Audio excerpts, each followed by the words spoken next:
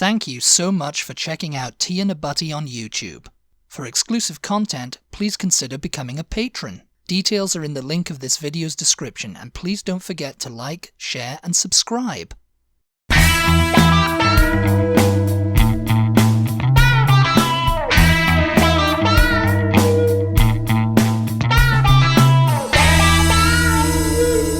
Hello, and welcome to the Tea and a Butty podcast. I'm Dominic. And I'm Erica. Today's episode, we're going to be talking about a movie we just saw that came out on Netflix called Enola Holmes. Yes. Holmes! I don't know what that was, but Okay. That's what Watson's always shouting. Holmes! Holmes! Yes. But, unfortunately, Dr. Watson doesn't feature in this. Yeah, it was like, there was no Watson in this. No, it was just Sherlock Holmes and his little... Enola Holmes, it's based on... It's an adaptation of the Enola Holmes mysteries by Nancy Springer. So it's like young adult. Yeah, I was going to say, which I never heard of. Yeah, because they've made her up. She is not part of the Conan Doyle canon. Yeah. You know, really. Arthur Conan Doyle, of course, was the creator author. of Sherlock Holmes. Mm-hmm. Yeah. And Dr. Watson.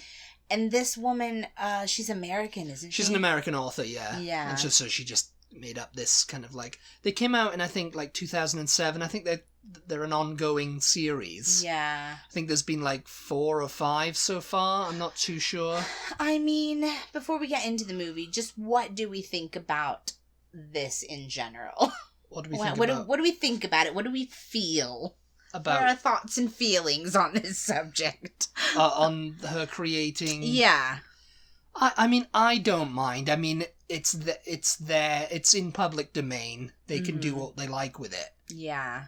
It's funny because the Conan Doyle estate still owns some rights to the Sherlock Holmes books. Yeah.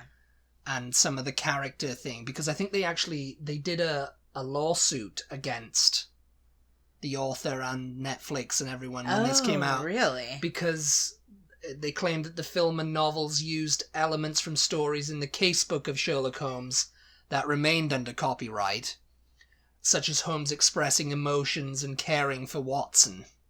Wait, but they didn't mention Watson. No, yeah, but, you know, that's under copyright, him expressing emotion and stuff, that character element. Okay. And, you know, in this... Why just that? He cares for Enola in this. Right, you know, like, so it's like... Yeah, no, you can't do that. Sherlock Holmes is very, like, mechanical. He's devoid of feeling. He's clinical. He gets the job done. That's why Watson's always like, Holmes, you go too far. Holmes, you don't feel like, what's the matter with you, Holmes? That's a weird element to still be under copyright. I think they're just looking for money, basically. Yeah. I mean, you can't blame them, really. Like, you know, I mean, put yourself in the position where it's your grandfather, let's say, who created... I'm not sure who, if there's any lineage there, if it's actually a family member, or if it's just lawyers. Yeah.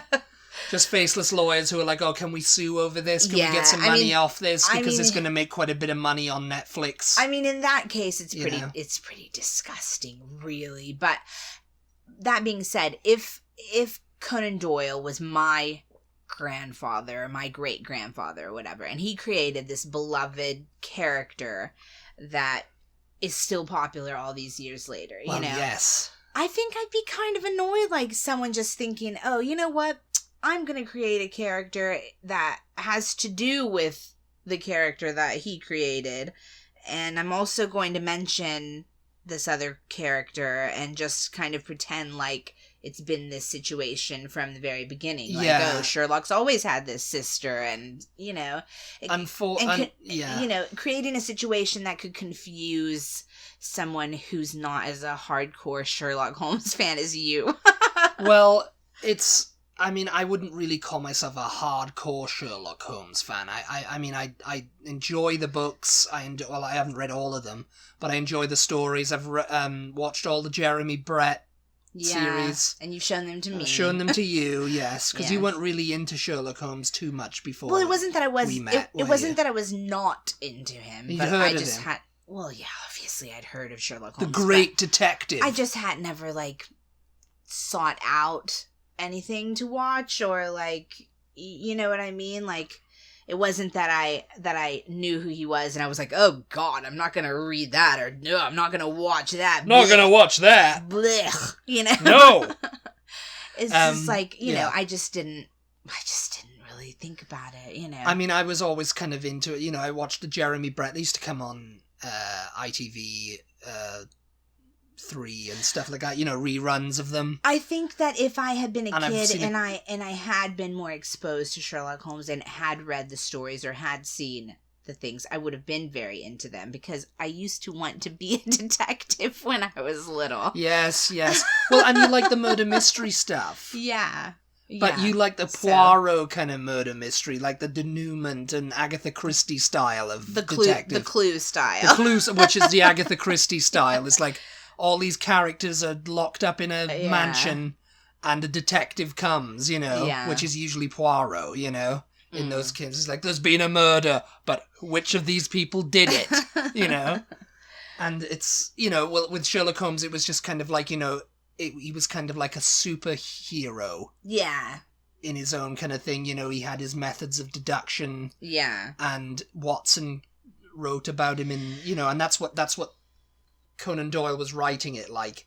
Oh, his adventures appeared in the Strand, which was the newspaper. Yeah. And it was like, it's written by Dr. Watson. Right. An account of Sherlock Holmes. That must have been so fun. I wonder if there were any people at the time who thought he was a real person. There still are people who think he's a real person. I know there are now, but I wonder if at the time, do you know if anybody I think it was that type of thing. Get Detective Holmes on the case. Whoa, you need Sherlock Holmes, don't you? You know, it's like, there's been the Jack the Ripper. You need Sherlock Holmes to solve that. And it's like, Sherlock Holmes isn't a real person. Yes, he is. I read about him in the Strand all day, all night, you know. Every day. That Study in Scarlet, you know, the Red-Headed League. Oh, he's a good one. Yeah. And he lives in Baker Street. Yeah. Yeah, but no, there are people I think there were people who genuinely were like, wait a minute, I thought he was a real person, and, you know, it's like, no. And I think maybe Conan Doyle had to come forth and say, no, I made him up completely. And there's probably people who said to him, no, you didn't, he's a real person. Yeah. Let me meet him. You know? He's got to be a real detective. Yeah. Because 221B Baker Street doesn't exist. Yeah. 221 does. And I think for the last, I don't know how long, maybe 30, 40 years or so, it's been a bank. It's been it was the Abbey National Bank. And now Santander took it over. And whoever works there says, we get tons and tons of mail addressed to Sherlock Holmes. Yeah. And it's like, it's fan letters. And it's like sending a fan letter to James Bond. He doesn't exist, you know. He's not a real person. But there's no address associated with James Bond. No, there isn't. You know what I mean? No, there's not. Unless somebody wanted to send fan mail to MI6 or MI5. MI6. I always get that wrong. MI6. Yeah, and you know, I mean, it's probably classified, but I can imagine whoever works at the MI6 buildings who sorts the mail probably says, we get letters addressed to 007 all the time. Like Agent he's a real 007. thing. You know, the last one was from Donald Trump, you know. I need 007. Oh, Lord. It's like, well, we've got something to tell you. He's not real. Just like Harrison Ford wasn't a real president in that movie that you think he was. But yeah, getting back to the versions of Sherlock Holmes that we've seen. We've seen the Jeremy Brett ones. We've seen the Robert Downey Jr. films. The Robert Downey Jr. films are pretty good, yeah. Those were very comic bookish, superhero-ish, yeah. Yeah. But like you said, those were kind of like what Kenneth Branagh is doing now with Poirot, yeah. Murder on the Orient Express. Yes, they're a bit more extreme. I think Kenneth Branagh's just like, I want to do this. This is a job for me, you know. I'll direct it, I'll star in it, I'll write the theme tune, I'll sing the theme tune, you know, it's like... and then, of course, more recently, the... Benedict Cumberbatch, which is what reignited my interest, because, I was into them as a kid, but then I kind of got out of them, and then in 2010, Sherlock came back. You know, the BBC created this series with Benedict Cumberbatch and Martin Freeman. And we had just finished the Jeremy Brett ones. I thought we started watching them after that. No. We had literally just finished all of the Jeremy Brett ones, and so I was super against the modern Sherlock Holmes. I was like, I am not going to watch this. This is going to be so absolute crap. Oh, Sherlock Holmes is in the 21st century. Yeah, it's Sherlock Holmes. Please. It's you know, because all the classic ones, including to an extent the Basil Rathbone films, which is where the whole image of Sherlock Holmes became like associated with the deerstalker and the pipe. Yeah. And the windbreaker thing that he used to wear, you know. With like the cape.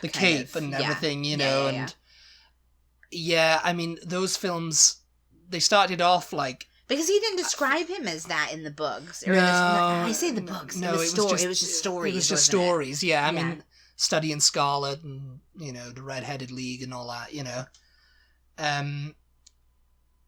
Yeah, I mean, that's where it all came from, the Deerstalker and stuff that was just created for the films. Yeah. You know, and everybody's those came like, out, Basil... like, when? They came out in like the 30s, and then they stopped, and then they came back in the 40s, and then they were set in the 40s, though. And it had like, it was kind of like Sherlock Holmes fighting the Nazis and all that kind of stuff in the second series. What? I mean, so it was kind of like a modern day, because they figured, we need Sherlock Holmes back, you know, to fight the Nazis, you know. Yeah, I guess, it was like propaganda type stuff. Yeah. But yeah, you know, everybody was just probably like, I don't know, because the Jeremy Brett series was set in the time period that they were written in, you know, the Victorian England, Victorian London, you know. Yeah. And that was it. And they were pretty much faithful adaptations. Yeah. Jeremy Brett was so Sherlock Holmes that it was, you know, it started to interfere with his personal life, you know. Yeah. So when they announced Benedict Cumberbatch and Martin Freeman as this 21st century Holmes, everybody was kind of going, oh no, I don't know what's going on here. You know, there was... I was, anyway, I don't know about anybody else. There was rumblings from the Sherlock Holmes Society. Yeah, I think they were kind of against it too. Oh, yeah. But it was literally just the setting and the time that had changed. Yeah. They were both Holmes and Watson. Yeah. You know? Very, very much and it worked. It worked very well, and it's due in no small part to Benedict Cumberbatch's acting. Yeah, it was fabulous. If you guys, for some odd reason, have not seen the new, it's been a while since it's been out, actually. Yeah. But if you guys have not seen the more recent Sherlock Holmes with Benedict Cumberbatch, go watch it. You're really missing out. I think there's been like 4 series of it. It's fabulous. I think they're done with it now. I don't think they're coming back to it. Well, I will say, fair criticism, I think. Some episodes were better than others. You know, but I mean, that's going to be true with any show. They were adaptations of the books, and they you know, but they kind of like melded 2 books together or 2 stories together to get one. And of course, you know, the setting changed, so they had to like, you know, and they did it really well. Yeah. Stephen Moffat and Mark Gatiss, you know, they did it really, really well. But in all of those stories, there was no Enola Holmes. Well, there was Euros Holmes in the later Sherlock and in the later modern ones. So they created the last season only. In the last season, and it was just like there was this kind of like there was no reference to her or mention of her before that, you know. So there was no, because Conan Doyle hadn't explored anything beyond Mycroft of Sherlock's parenting, siblings, family, you know. So Mycroft was the only one, and he worked for the government. And Mycroft was supposed to be as brilliant as Sherlock. Because these were just even stories of cases, They were just case files. So he wasn't like Watson, you know, in quotation marks, was not writing a backstory for Sherlock Holmes. He was just talking about. And I don't think Conan Doyle wanted to write a backstory for Holmes. He was just like, "This is what he does. That's it. No, why do you care about him so much? The cases are what I'm writing about." But people are like, "Oh, we need to know everything there is to know about this guy." Yeah. Someone needs to write a biography of him, which I think they've done. They've done several of them. Yeah. And of course, over the years, there's been like, you know, funny Sherlock Holmes films made. The Adventures of Sherlock Holmes in his younger brother. I think something to do with Mel Brooks, maybe that was, or something. I'm maybe got that wrong. But, there was funny films made and parody films and all that kind of thing, But yeah, Enola Holmes, it's for teen adult thing. And the movie was pretty good. I've got to say it was pretty good. Oh, it was fun. I think Millie Bobby Brown plays the title character. You probably know her if you watch Stranger Things. She was 11. Yeah. And she does a really good job as Enola. And, great. It's their mother Eudora and her older brothers Mycroft and Sherlock. Yeah, so they do feature in the. They do in the feature film it a little bit. Yeah. Yeah. Sherlock mainly, I think. Yeah. Because she wants to be a detective and she can solve cases and she can go her own way. Yeah. And so Sherlock, and they're setting it up for like more films to come, which may or may not happen. Yeah. I imagine, depending on the audience. Yeah. And I actually haven't heard too many people talking about it, so... Yeah, I mean, unfortunately, it's been released amid, this COVID outbreak and everything. Well, I think that's... I think they were planning... I think it's better for a show or a movie or something, because people are at home, Yeah, I think they were planning, though, to do a cinematic release of it. Oh, but really? I'm not sure. I think maybe Netflix were just like, we're just going to put it on Netflix. I did see a trailer on television for it the other night. Yeah. And it looked like a movie trailer, not like a Netflix movie trailer, But Netflix is really, really come up. Yeah, it's come up, People just kind of go to Netflix for their entertainment now and nowhere else, so I don't know. I think they have a lot of good programming on there. Yeah, they do. Yeah. We're almost out of our subscription. Yeah. We'll have to renew. I wonder if we haven't heard more about it just because it is sort of geared toward a younger audience, maybe? It's geared towards a younger audience and maybe, young girls, Yeah. Yeah. I think it was pretty good. It did well. I think it did well telling her little story and stuff, and I don't mind it. I'm not one of these snobs who is like, only the Sherlock Holmes, 1800s, turn of the century, that's all I want, you know? It's like the James Bond fans who just want the, strict literary adaptations of... well, it was set still during the turn of the century, wasn't it? Oh, yeah, was it? Yeah, it was. Mm-hmm. Yeah, it was just a new character, which I don't mind. Now, if they had, and this is like a controversial topic because, I'm a woman and I'm supposed to... agree with women. Yeah. If you don't, you will be shot. If they had made this movie like Sherlock is suddenly a woman.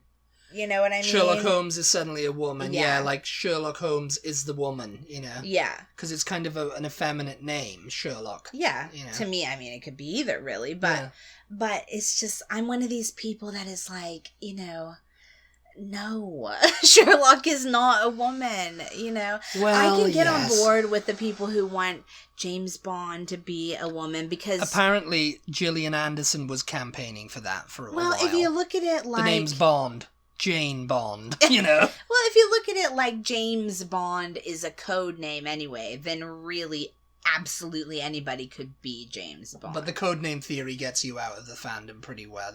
People don't agree with that codename theory. Yeah. Get that codename out of here. But so I could get on board with that. But some of these things that they like remake with all women or just a woman or, it's got to be whoever, somebody completely different. It's just like, let's just create something new. This is a sibling, so, no big deal. And they mentioned Sherlock in it still. Yeah. And I think that it was a really, inspired way to get young girls into the... It's kind of like the Nancy Drew mysteries and stuff like that, I think that's what she was kind of going for, Yeah. And, then from there, maybe they'll get into Sherlock. Like, oh, maybe I'll check out Sherlock Holmes, you know what I mean? Yeah. Like, he seemed like an interesting character in this movie, her brother, maybe I'll go look at the Jeremy Brett films or... Yeah, maybe. Yeah, that's true. I mean, I think a lot of people will anyway, It's like, oh, maybe I'll go look at the Jeremy Brett ones. And, I think people will probably want them to go to the Benedict Cumberbatch version, I mean, I don't see any new adaptations coming along of Sherlock Holmes. I mean, I think Robert Downey Jr. wanted to make another one, didn't he? I'm not sure, but I don't see it happening because the Benedict Cumberbatch series exploded so much. It did explode. I mean, it kind of killed his film. It did kill his film, didn't it? His film series, because I think there were 2 of them. There was 2, and I think he was going to at least do one Guy more. Ritchie, but I think it was yeah. Because Iron Man, isn't he? Jude Law played Watson in those, didn't he? Yeah, he was good, I thought. Yeah, he was pretty good. I mean, Robert Downey Jr. was pretty good too. Yeah. I mean, but... Robert Downey Jr., I mean, he's everybody right now. Like, he's everybody right now, yeah. Yes, he's in everything. Yeah, he can survive without making another Sherlock movie. I don't know. Maybe because the show's not on, they'll make another. I mean, I don't foresee them coming back with it, but they may do. I mean, because the one complaint about Sherlock is that they made like 3 episodes and they were like mini movies, a series, they were like an hour and 15 minutes long or whatever they were. And then, they ended on, I think they ended series 1 on a cliffhanger and they didn't come back for like a year and a half with series 2. And it's like you said, like, oh my God, what is the matter with them? Why, it's just like, because their profiles have made, and it takes a lot to make this movie. And Mark Gatiss and Stephen, it's just getting everybody together to do this. Benedict Cumberbatch was being cast in absolutely everything. After that, he was taking every job he could. Yeah, he was in Star Trek, and he was in the Marvel films, and he was in all kinds of period pieces in between. Yeah, and I mean, Martin Freeman, too, is making, he was in The Hobbit and stuff like that. So every series was like, oh yeah, we do want to still keep making them and do it. And then there was a lot of like talk of like, oh, Martin Freeman doesn't want to make them anymore, and him and Benedict are feuding and all this kind of nonsense, and it's just kind of like, no, I think it's just the fact of that they're kind of like household names now, both of them. Yeah. And it's like they're going to be demanding a bigger fee, which the BBC can't afford to pay. Yeah. Or the production company can't afford to pay them. And it's like they can't just go, oh, just don't you just want to make it just for the fun of it? Nah. Give us that £1 million. It's just like... But to get back to Enola Holmes, I think you mentioned it already. Henry Cavill played Sherlock Holmes. Henry Cavill, and he was good, but he looked a little bit awkward as Sherlock Holmes because he's buff. He's buffed up. Yeah. He looks like Superman. in like Victorian dress, Is he British? Yeah. Yeah. He's another one who's been floated around as James Bond. I think it's funny because it very much seemed like an American company made this film because they chose all like British. If you watch anything else British, you see all kind of the same British people and everything, but this one was very much like, let's cast people that Americans will know. Let's cast British people.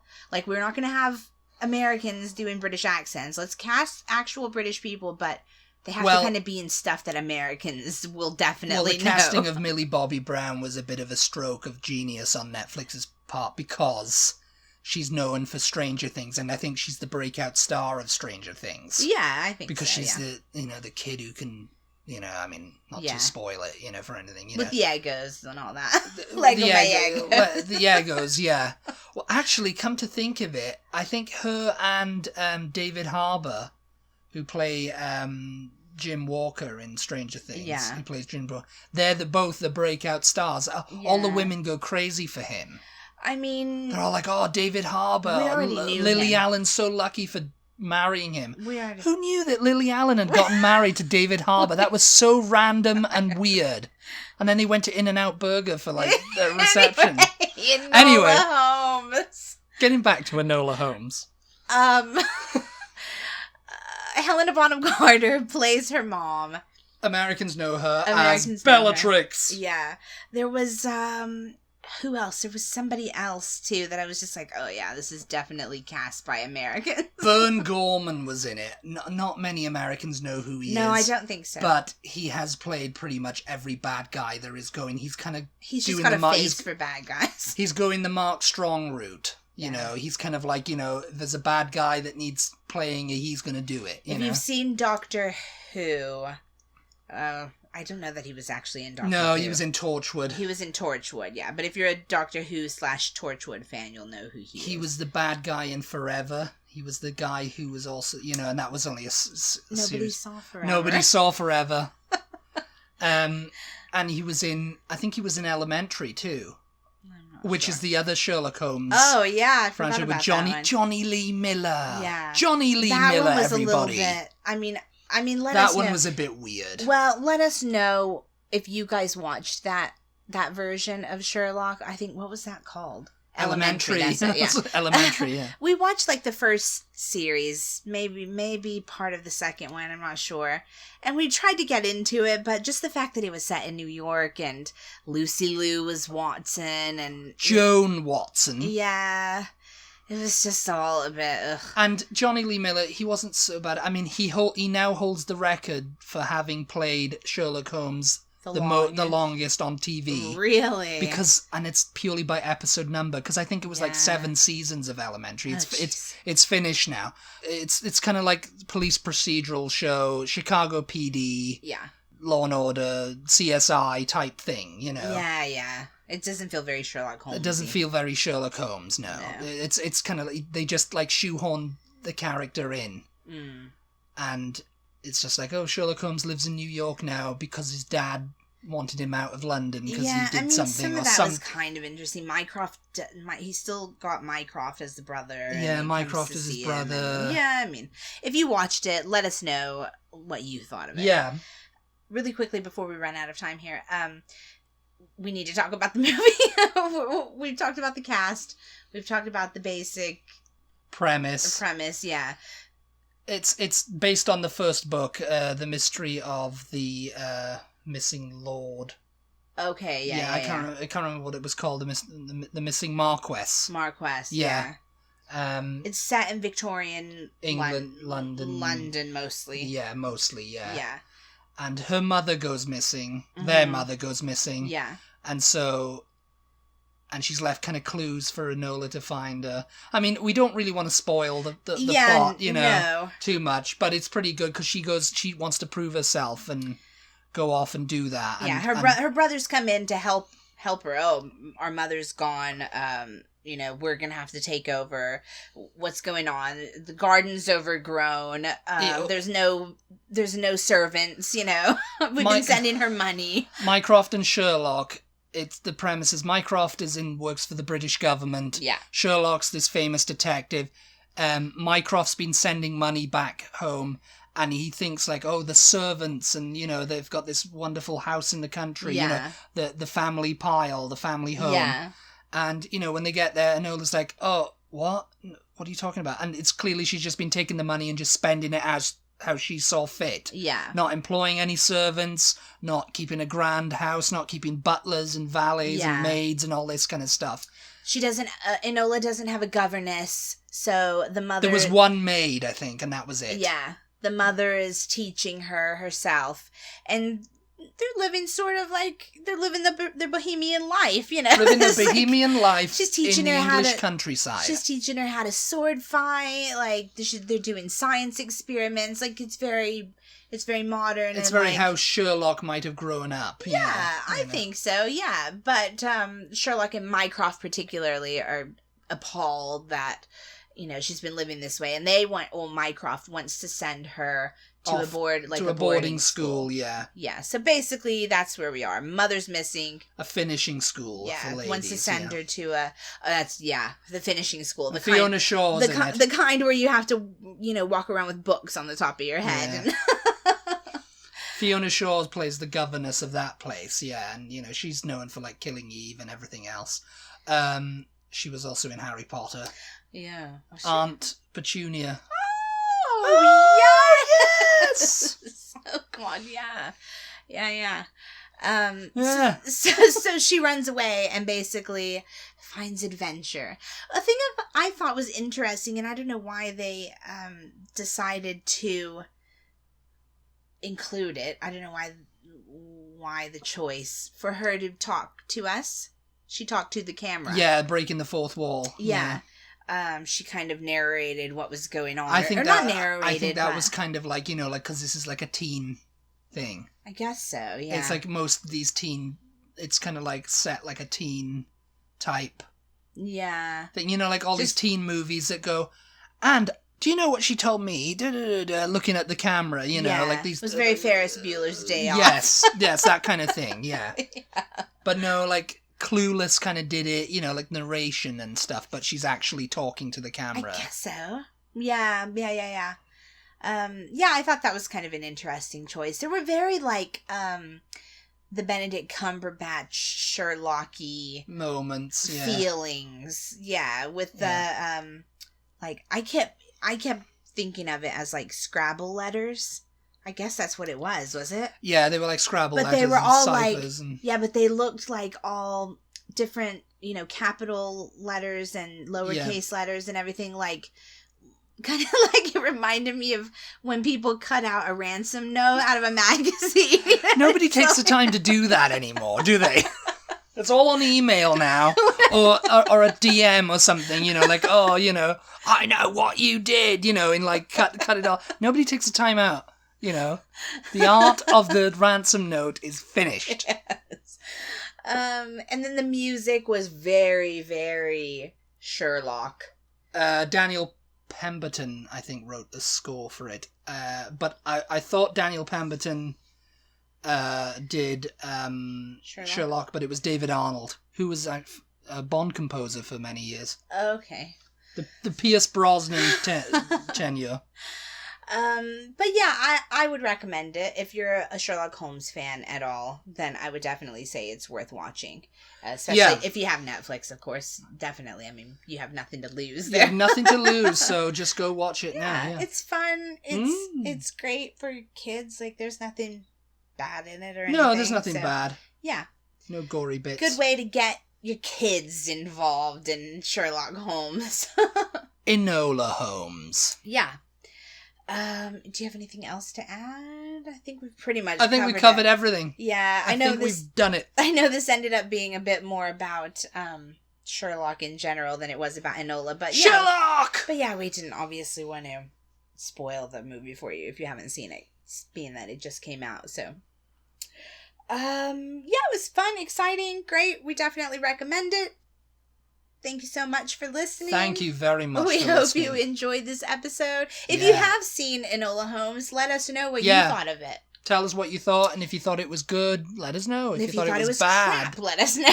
Let us know. Yeah. Let us know what your overall opinion is whenever people do things like that. Add a new character that was never... because people get really pissed off about that kind of thing sometimes. Oh. I'm sure, Dominic is a big Star Trek fan. I'm sure you've gotten pissed off about things, Star Trek-y type things that have been added later it's just on. kind of like just the canon and stuff like that. If they mess with the canon, they're just messing with established canon and stuff, It's kind of like, you're doing the show a disservice a little bit if you're just... oh, well, I don't care about that. I'm just going to make up what I think is going to... if someone wrote... It's like James Bond, I suppose. They've done that in the movies. They've kind of just taken the character and put him in these crazy situations, and it's got nothing to do with Ian Fleming now. I mean, Ian Fleming would hate this James Bond, I'm sure. And he'd hate... well, he didn't really care for Sean Connery when he was cast. So there you go, Yeah. I think it's a little bit more, if we're going to equate it to James Bond, the Charlie Higson novels. Yeah, yes. Because that was creating a whole backstory for James Bond that didn't exist. He tried to remain faithful to the Fleming. They were fabulous, too. Yeah. I thought they were great. Yeah. So, it's like... you just have to read these things or watch these things and judge for yourself, take a step back, take a chill pill.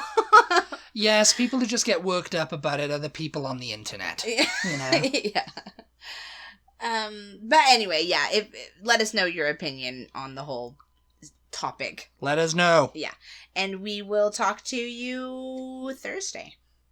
We'll be back on Thursday. We'll be back Thursday. Yeah, we're going away for a Wednesday. We're going away. Goodbye. I wish that were true. Goodbye.